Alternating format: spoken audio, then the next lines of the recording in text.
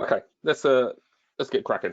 So hello and welcome to today's webinar. Thank you very much for joining us. My name is Stuart Scott. I'm the AWS and Security Content Lead here at Cloud Academy. And today we're going to be focusing on and be looking at AWS cost optimization and ways on how to get those pricing models right for your infrastructure. Now, understanding these different cost models can become a little overwhelming and confusing, especially if you're not familiar with the benefits of each of the different approaches. And sometimes this can lead to unnecessary costs through that lack of knowledge. So hopefully by the end of this webinar, we can help you to clear up some of those questions relating to cost optimization to help you implement your solutions in a more cost-effective manner. Now, on the panel with me here today, we have the pleasure of Kevin McGrath, the CTO of Spot by Netapp. So welcome to you, Kevin. Thank you very much for joining me today. How are you and where are you calling in from today? Hello, Stuart. Glad to be here. Calling in from right outside Washington, D.C., actually. I'm on the Maryland side of the Beltway here on the East Coast of the United States. Nice, nice. Quite a distance from myself then in the UK. So we got a little bit of water between us. So I'm excited to hear what you have to discuss with us today, just to try and help us all run our infrastructure in a more cost-efficient way and preventing us from burning a hole in our pockets. Now, before I hand over to you, Kevin, to give us the agenda, I just want to let everyone know that this webinar is being recorded, and so you will all receive a link to it as soon as it's being published. And also, if you have any questions throughout the presentation that Kevin's going to be running, then please use the chat window. We'll get to as many of them as possible during the Q&A at the end. So let's get straight into it, and over to you, Kevin. All right, thank you very much. And just want to thank Cloud Academy again. Always been a great partner to do these webinars, and hopefully, we have a lot of good content to share. So I'll get right into it. Yeah, thank you. And we're going to jump right into it. We're going to talk a little bit about cloud economics, high level, get everyone baseline on what cloud economics is, where you need to focus. We're going to talk about the Spot by Netapp platform, but while we talk about the platform, we're going to talk about why the platform does what it does. So understand why the platform looks to optimize costs in the way that we do, so you can take that and look at your own platforms and make a decision on how to be as cost effective as you can be in the cloud. And then lastly, we're going to do a quick product overview. It's not going to go too deep, but we're going to highlight one of our products called Ocean, Kubernetes offering, and then we'll jump right into a Q&A. So let's get into it. Cloud economics.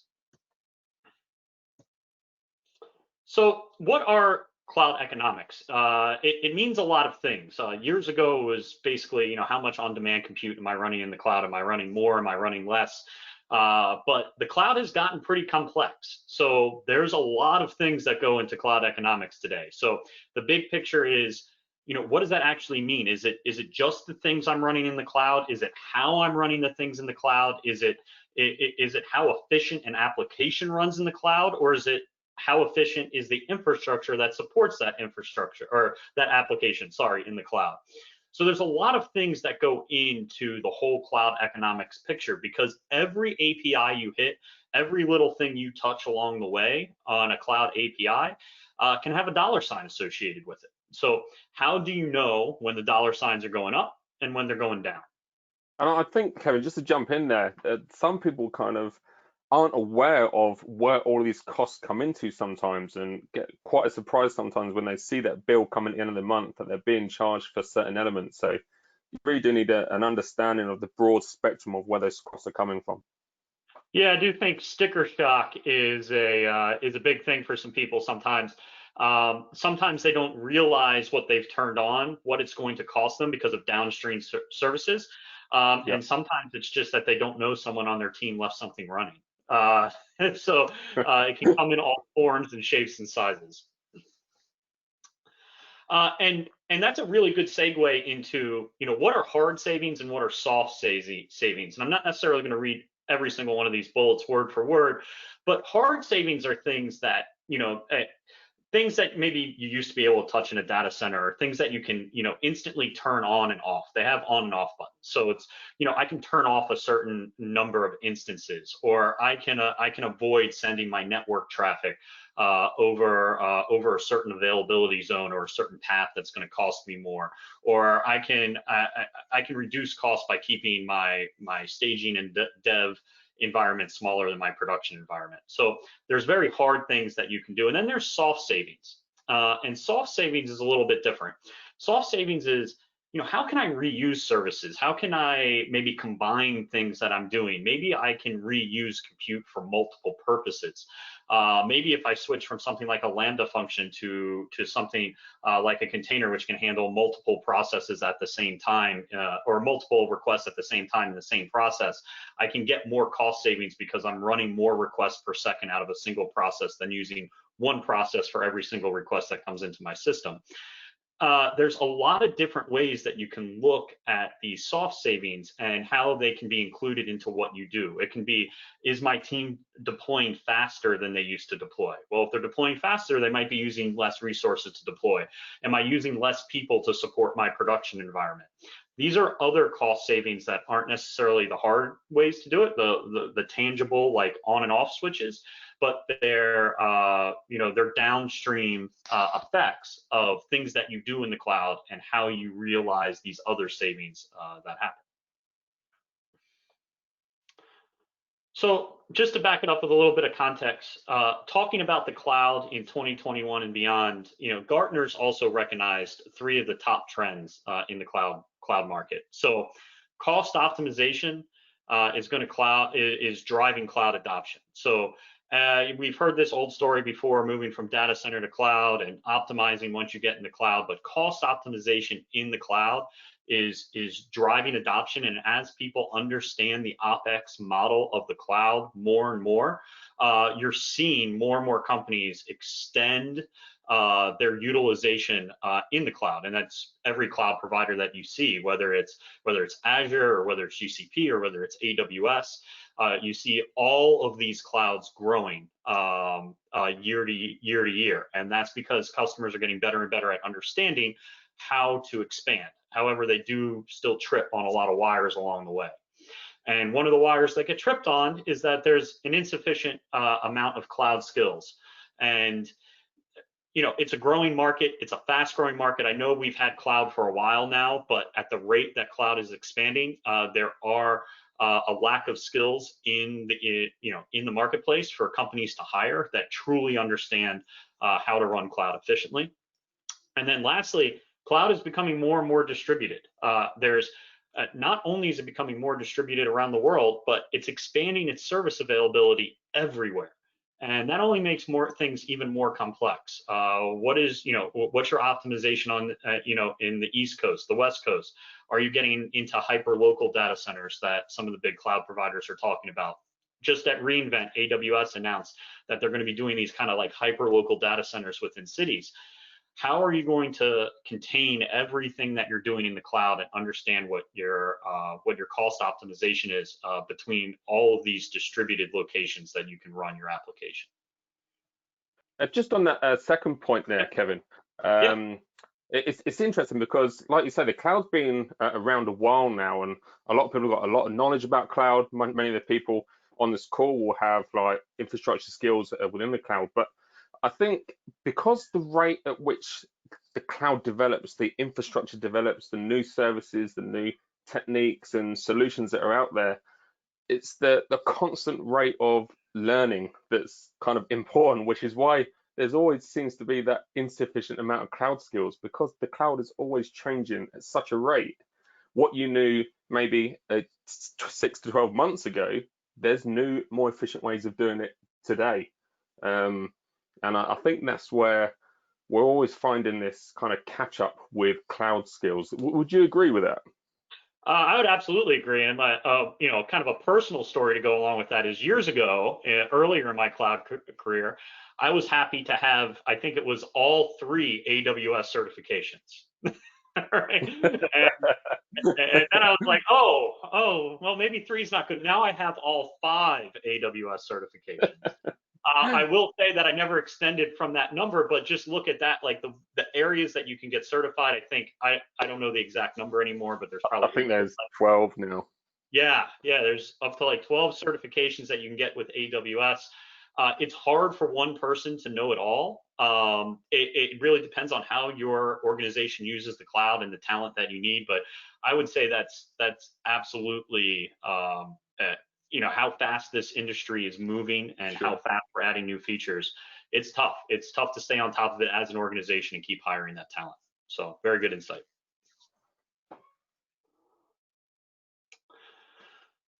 So when we go to the cloud, we kind of want to make it basic. I know I've been talking about like there's a lot of different regions, there's all different things that you can do, there's a lot of different cost models, or there's a lot of different ways for you to pay for the cloud. But I'm going to try and break it down to 3 simple cost models that you can look at least for compute.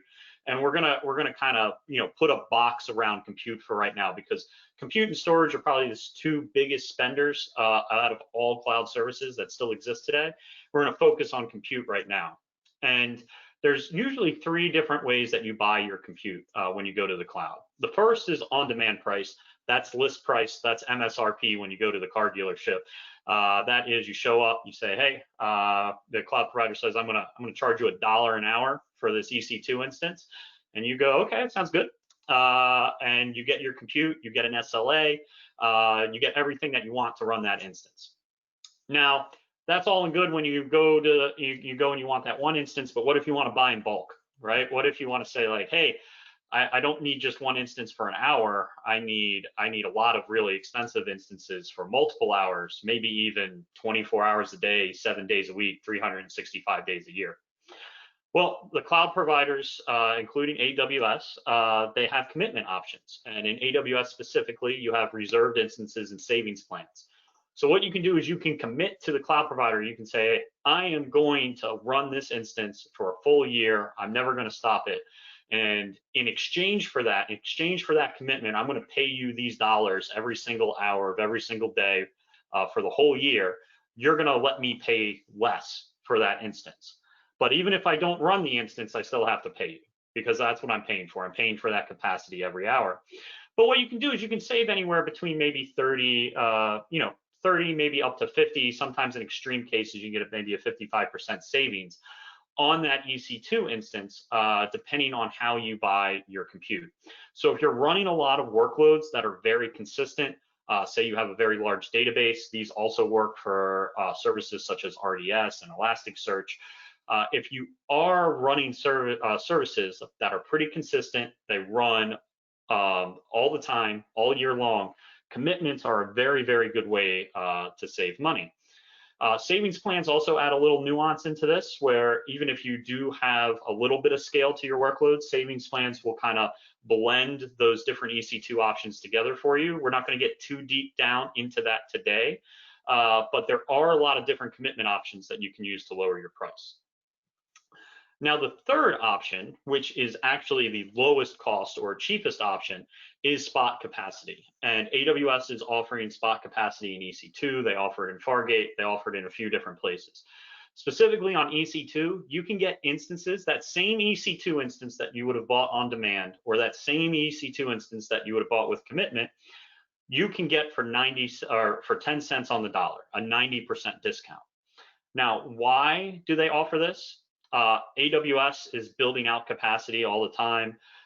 They need to keep excess capacity around for all of their customers. Their customers, when they come in, they'll run, spiky workloads from time to time. They need to have a lot of extra capacity just kind of lying around in the data center. And so what they do is, while this capacity, while there's available capacity of people not paying on demand prices, they sell this in a market. Years ago, the market used to be public. Now the market is kind of private to AWS, but you can still get it if you can see the use as a whole. But the price for a spot instance will actually go up and down, usually at a very significant savings, somewhere between 70 and 90%. The risky part here is that if AWS needs this capacity to sell more on demand, or needs it for customers running on demand or commitment prices, they will take this capacity away first. So there is no SLA on this compute. It will be taken from AWS at a certain point in time. And that's why for native use of Spot instances, it's usually used for batch workloads. Now, we're obviously going to get down into Spot instances a little bit more going forward, but generally speaking, when you go to the cloud, these are the three options you're presented with to buy compute. When AWS take that resource away from you, is that, do you still get a 2-minute warning on that? You do. You get at best, the way that it's worded, the warning is not guaranteed at 2 minutes. It is a up to 2-minute warning from AWS. And they do have mechanisms where you can watch for that warning and build a DIY solution around that. Got you. So that's a great segue into what the Spot by Netapp platform does and how we use those three pricing constructs that you saw in the previous slide. And instead of you having to build something DIY and figuring out how those pricing models work and how they fit best with your application, what the Spot by Netapp platform does to do that for you automatically, so you can think about other things like deploying your application and not about all the infrastructure and how you pay for it. So a little bit about Spot and where we sit. A lot of people on this call are probably very, very familiar with the concepts of continuous integration and continuous delivery. We consider ourselves as part of the continuous optimization space. And what does this mean? After your application goes through your CI/CD process and gets deployed to production, who's making sure at that point that that application scaling, operating, and running as optimized and efficiently as it can be? And that's where our platform fits in. So customers can integrate with the platform ahead of time, either through the Spot API or Terraform, CloudFormation, all the different tools that they use to deploy to the cloud. And then once your production applications are running in the cloud, we want to make sure all of those pricing constructs that we talked about before and some other scaling mechanisms that we watch, which I'll talk about in a little bit, are making sure that application is as optimized as it can be while running on this infrastructure in AWS. So our core value proposition, and everybody's core value proposition when you run to the cloud, should actually be don't pay the cloud provider any more than you have to. If you don't have to pay list prices to AWS, don't do it. It's the same compute. When I went through those three models before, it's the same EC2 instance that you're paying for in three different ways. So why not pay the lowest, cheapest price that you can?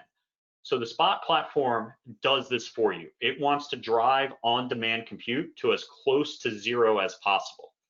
And how it does this is with all of the thousands of customers that we have, we're watching the spot market on AWS in every single availability zone across the entire world. And we're analyzing it and predicting when those spot markets get congested. So we can notify applications far sooner, up to 15 minutes in most cases, that a spot market is going to be saturated. And we can start moving workloads far in front of when the AWS warning would happen. Not only that, but we can tie in on-demand reserved instances and spot instances into a holistic application that can keep you available, 99%, 4 nines, 5 nines, whatever your application needs. So when we look at capacity and we talk about this scaling, what you want to think about is if you want to get this cheapest price, if you want to go out there and you want to get EC2 instances for spot prices, what you don't want to happen is the graph on the left, right? So your application is running along, your application gets a warning, or worse, you don't get the warning and your application drops out, and now you're under capacity for a certain amount of time. And then within 2 minutes or maybe within no minutes, your application has to scale back up to that required capacity line. So that's what you want to prevent. And that's what the Spot platform is preventing automatically. Or if you do it on your own, you want to think about this. You want to be running along at the required capacity of the application. And then before that capacity goes away, or in time for you to get enough instances into your cluster that the application that keep running, you want to actually scale up. You want to go higher than the required capacity of the application, because what's going to happen here is you're going to pay very, very little to over provision your scaling group for a very short amount of time, have that application gracefully scale back down to the required capacity and continue to deliver the same SLA to your customers that you were delivering before. Furthermore, when you get down to the end of this graph, if there is no spot capacity left, you want to have a way to fall back to on demand. So when you talk about spot markets, you can choose to run your application on one spot market or many spot markets. But if those spot markets become congested, what do? And you can fall back to on-demand capacity and still look for compute pools within the cloud provider that have availability to serve your application. So this is another thing that the Spot platform will do automatically for you, so you don't have to build a DIY solution, where it will sense what markets are congested, what markets aren't, and if there aren't any markets available, it's instantly going to go out and get you on-demand capacity and run that on-demand capacity for you so your application stays available. Most important thing for any application is that it's available and adhering to its SLAs for its customers. So this is something you want to think about when you're doing cost savings in the cloud, how you also keep your application running and serving the requests that it needs to serve.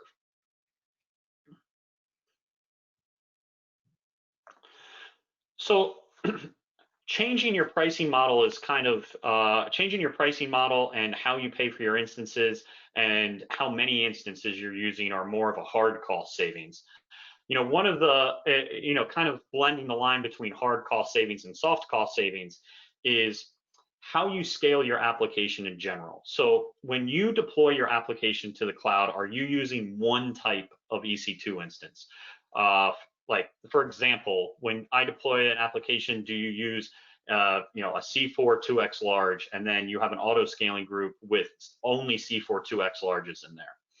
Now, what happens is that C4 2x large might somewhat meet your application demand, but as it auto scales up and down, you're probably wasting a certain amount of CPU and memory along the way. Now, if you use a heterogeneous way of scaling and you run something like a Kubernetes cluster, or you run multiple applications and containers that can sit on the same EC2 instance, you can get a lot more creative on how you scale. So as an application scales up, you can actually use a bunch of different type of instances to fulfill the requirement that the application needs. So as you scale up, you don't always have to add that 2x large instance. You might be able to add an extra large instance, or you might be able to add something from the M family or the C family or the R family. If the memory and the CPU requirements are shaped in such a way that you can more intelligently scale up and scale down, you can actually meet the curve of your applications in general for your whole cloud account much more smoothly. And so while you're using maybe the same number of instances or the same type of compute, using different sizes and different families will kind of give you this soft savings where you can get this nice smooth line of scale up and scale down and not pay the cloud provider to over provision on your scaling groups. Also, if you have a baseline of what you're running, these reserved instances or savings plans, which the Spot platform can also buy and sell on your behalf, or you can do it on your own, you can keep a baseline of reserved capacity so that if you do fall back to on demand, you're actually falling back to reserved instance prices and you're not falling back to full on demand prices. Again, understanding all of the compute in use, what your application is doing, and how consistent your compute is actually running, you can use all of these three pricing constructs to your advantage. That's a great graphic just to drive home that point of using different sized EC2 instances to, like say, follow the curve. It really kind of makes the point clear on that slide. Yeah, and it's something that we used in VMs a lot. We had customers deploying a lot of different sized applications to VMs, and they found out that just because of the price, you might be able to get a much larger instance for a much lower price. And so you would use different instances in that aspect. And then as Kubernetes has come into play and as containers have come into play, now you have all different shapes and sizes of applications potentially living on the same VM. And so now it's even more important. That VM, you don't necessarily know how that VM is shaped anymore. So being able to shape those VMs for the workloads that go on them is becoming even more important with containers. Nice. So how does Spot by Netapp do this at the end of the day? And we're going to go through our product suite real quick, and I'm going to tell you what each one does based and how it contributes to cost savings. First is Cloud Analyzer. When you come into the platform, we have a product called Cloud Analyzer that shows you the full view of what you're looking at in your cloud. Cloud Analyzer will actually look at every single service that you're using in AWS, and it will tell you how efficient you are being in any one of those areas. It'll automatically detect if you're using scaling groups, automatically detect if you're running RDS, Elasticsearch, Kubernetes, EKS.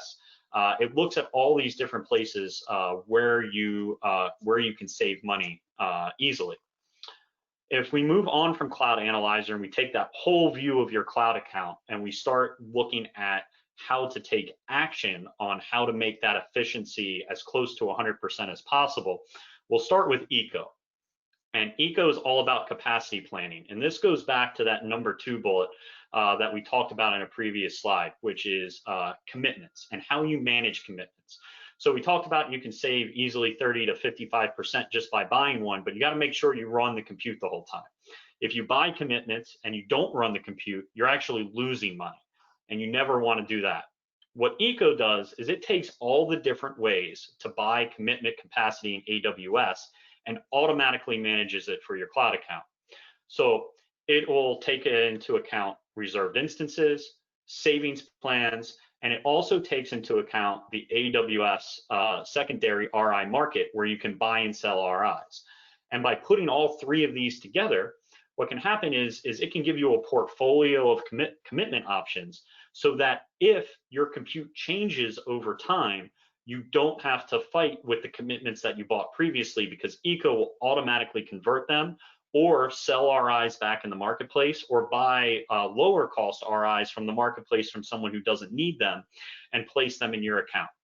So by creating a commitment portfolio on how you deal with AWS, you can drive that savings even further than you can with maybe a single savings plan or a single RI purchase. And then over on the right, we have our actual virtual machine and container optimizations in both Elastigroup and Ocean. Elastigroup and Ocean talk to the concepts that I spoke to before about VM scaling, right sizing, and Spot. So these 2 products will really focus on how those applications scale, if they're getting the right pricing model underneath. So if it's getting a Spot instance, or it's getting a reserved instance or an on-demand instance, and it's going to make sure the applications running either on top of those virtual machines or those containers are running as efficiently as possible.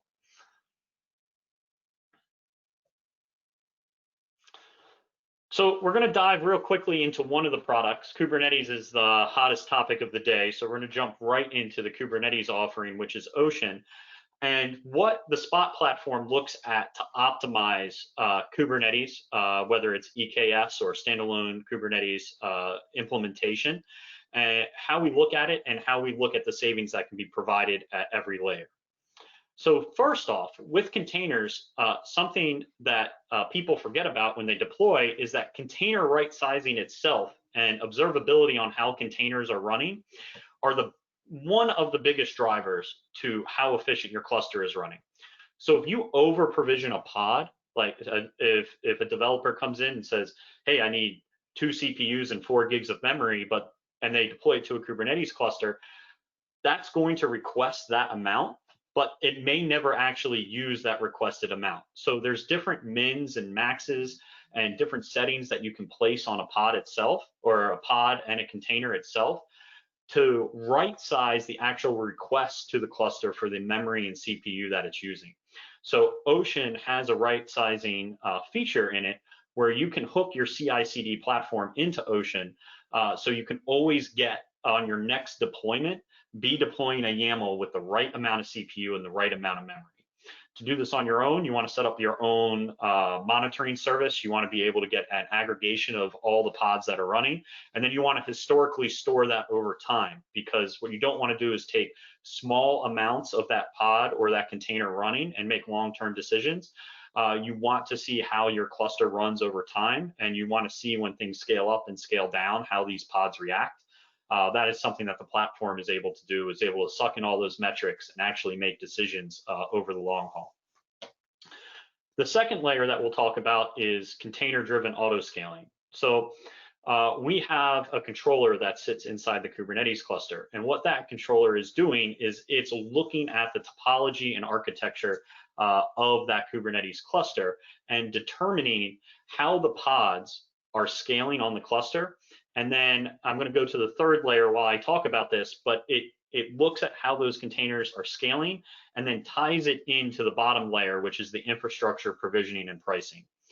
So by being able to talk with the scheduler and know what the scheduler needs ahead of time, so it knows, in the next hour, I'm going to need X amount of CPU and X amount of memory that I don't have. How do you go out and then find that amount of memory and CPU out in the menu of items that AWS sells to make sure that you're getting the lowest cost option that's being brought into the cluster?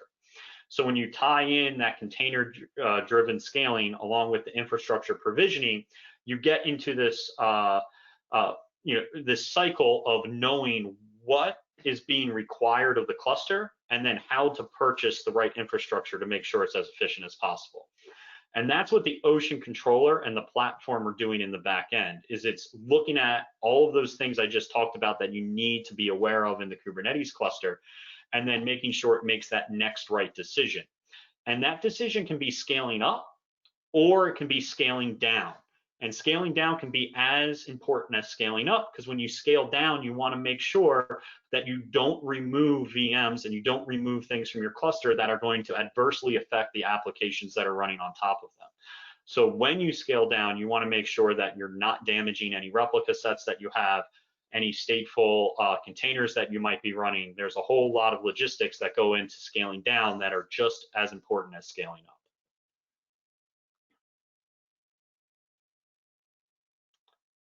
So how do we do this at the end of the day? Our customers stay committed to us because we do all of this for them. There are some DIY solutions out there. There's open sourced controllers. There are things that you can do with Grafana on your own. But when you need to take everything under your own house and you want the efficiency of bin packing, and you want the efficiency of scaling, and you want to tie that in with all the pricing models that exist in the cloud, you need to have a platform that makes these decisions for you. We do a lot of modeling and machine learning on the back end to understand the ebbs and flows of all the different markets that happen in AWS. We understand how the Kubernetes cluster runs over time and how most efficiently to bin pack.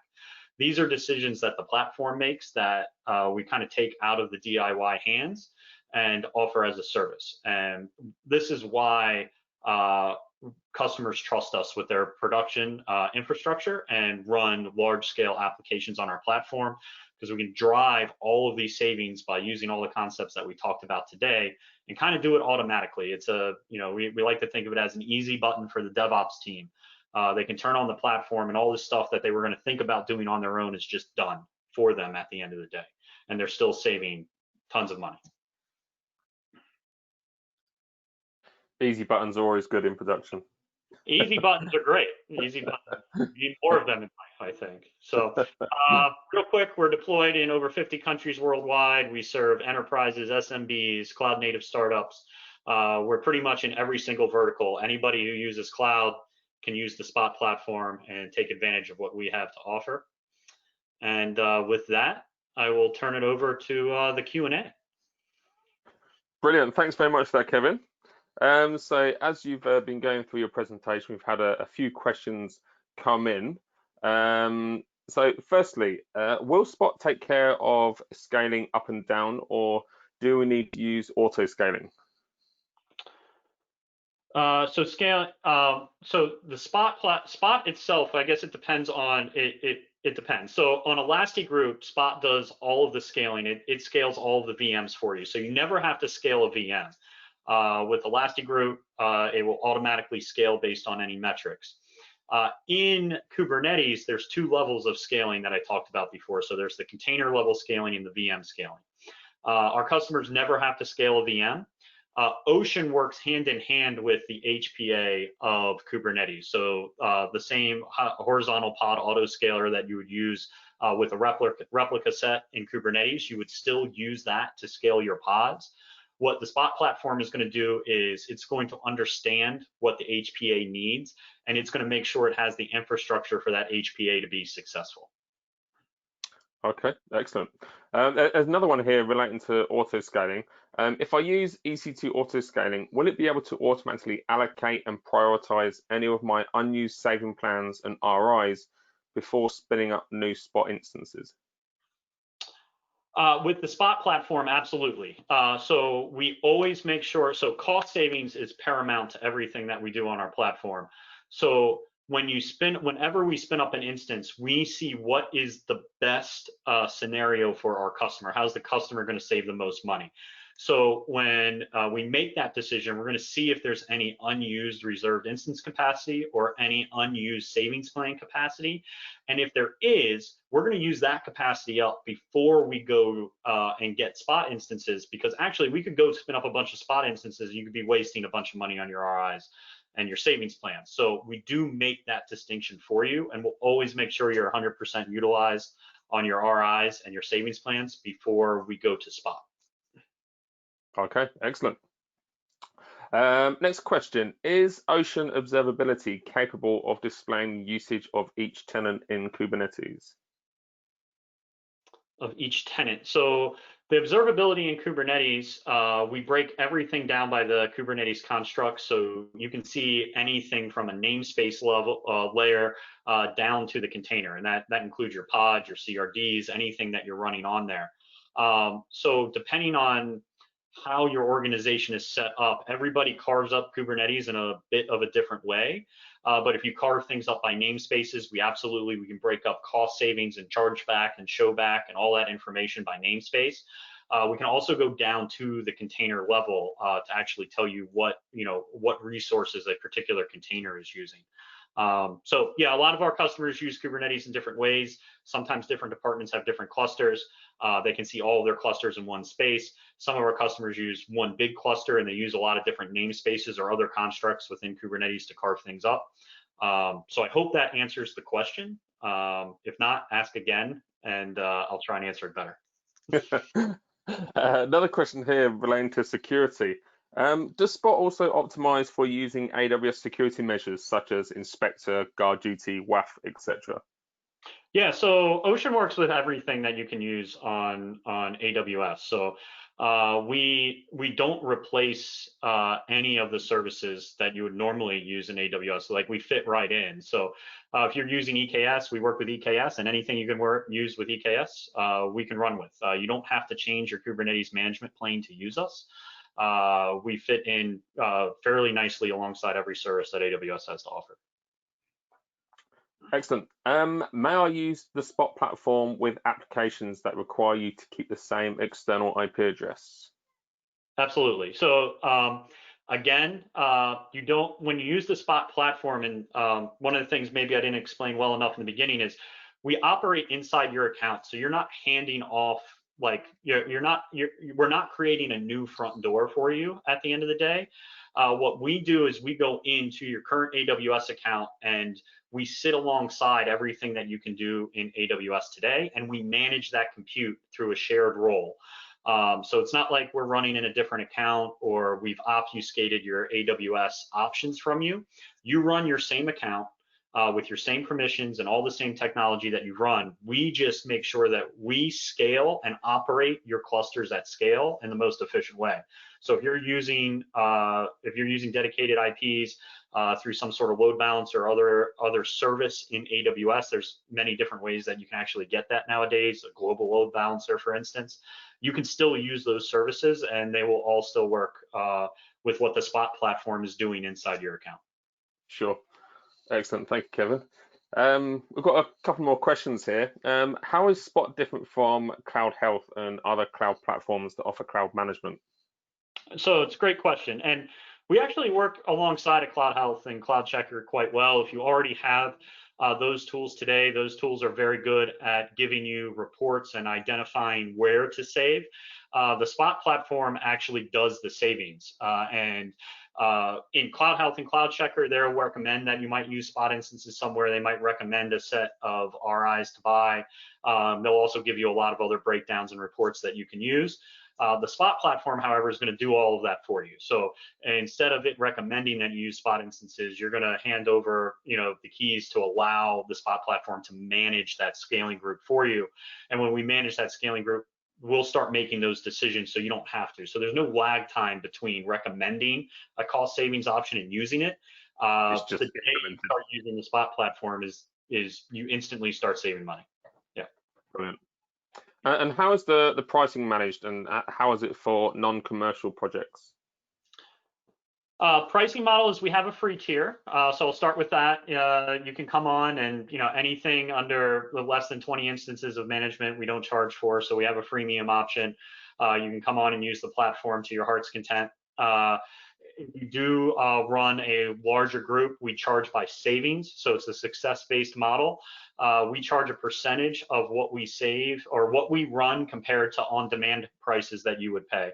So we go out, we get a spot price for a 90% discount. We're going to take 28% of that savings list price. If you have a very, very large or enterprise, hundreds or thousands of nodes or a large implementation, we also have enterprise options and commitment options that you can pay for also. Okay, thank you. Are you able to display the cost based on labels and annotations instead of namespaces? Cost-based annotation. So based on labels, so we can identify labels, and we can identify based on labels. So I don't know if that's where the question was getting at, but that's what I'll answer. Okay. We've got one here relating to Elasticsearch clusters. Can the Spot platform be used to optimize those? Sorry, what was that? Sorry, you broke up a little bit. Can the Spot? That's all right, no worries. Can the Spot platform be used to optimize an Elasticsearch cluster? So for an Elasticsearch cluster, what we can do is we can absolutely manage the reserved commitments on an Elasticsearch cluster. We have customers do this all the time. Elasticsearch is no different than RDS or even DynamoDB. AWS sells commitment options for all of those platforms, and we can actively manage those commitment options for any of those services. Excellent. We've got two more questions, then I think we've answered everything. I heard AWS now provides a signal when a Spot instance is at risk of interruption. Does this now make it safe to use Spot instances for production workloads? Right. So I wouldn't say that the signal alone makes anything safe for production workloads. There's a lot to go into how you react to that signal. The signal is also not guaranteed. It's a up to 2-minute signal. It's the same signal that you would have. They've actually always sent a signal to the EC2 instance. Now they've opened that up on their event bridge as well. So it's less about getting that signal. It's more about what you do with it and if there's enough time to react to it. Our goal is to always beat the signal, is to get you into a better capacity pool or get you into a better instance before you ever receive that signal from AWS. Excellent. And the final one, do you think AWS will deprecate reserved instances? We don't see any signs of that right now. We know there's a big push on savings plans. We have customers who buy new reserved instances every single day. I don't see that going away. There are still options where you get much better savings with a reserved instance than you get with the savings plans. Savings plans are easier to buy, but you get less savings with them.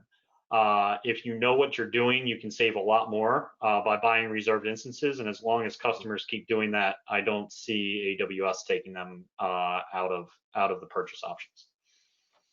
Brilliant. Well, I think you've answered all the questions there for us. So is there any more slides, or is that the last one? I believe that's the last, I think okay. There is a wrap-up slide. Thank you. Oh, okay, brilliant. Always a thank you slide. Excellent. Excellent. Thank you very much. So yes, again, thank you all for joining us today, and a special thanks to you, Kevin. It was a great presentation. It was really interesting to hear about the platform offered by Spot and how it can be used to manage your costs and optimize them in the cloud, and again for the overview of the Ocean product as well. I've certainly got plenty to think about from this webinar, and I hope all of the attendees have too. We've had some great questions coming as well, so thank you to everyone for your participation on that. Just as a quick reminder, everyone will receive the recording via email as soon as it's available, and don't forget to check out our other webinars as well, which you can find on our website at cloudacademy.com. So any final words from you, Kevin, before we go? No, just thank you again. Really appreciate it. And absolutely reach out social media anywhere if you have questions about cost savings or the product, and look forward to doing it again sometime. Definitely. Thanks very much, Kevin. Thanks, everyone, and goodbye.